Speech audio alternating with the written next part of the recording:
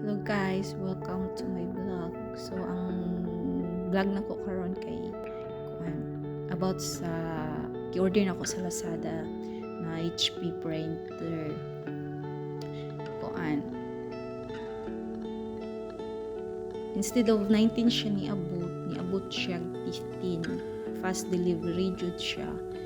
Then kuan ako gibayaran na 200 plus para sa insurance kung in case na may damage, mawala or makawat. So, secured yun atong item.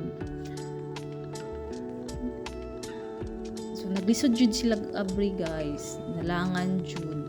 Abtan yun pila, I think 1 hour ata. Di ko sure kay wala man ko, niyama ko sa ko.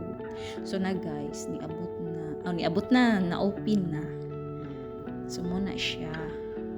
Ang kani ikaduha ni siyang video sa laing person nagbideo ani kay kuan kay katong isa medyo layo distance siya kani siya duol jud siya pagkakuha.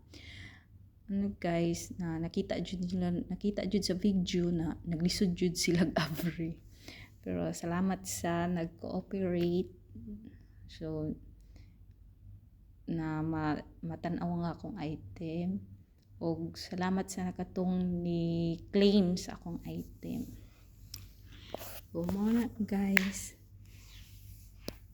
nagpalit ko ani kay para sa akong anak tungod kay mag high school na siya sunod, so para di na siya maglisod og na galing sila ipa-print or as project. Sa next video mag try na ko print ani. More to guys. Thanks for watching.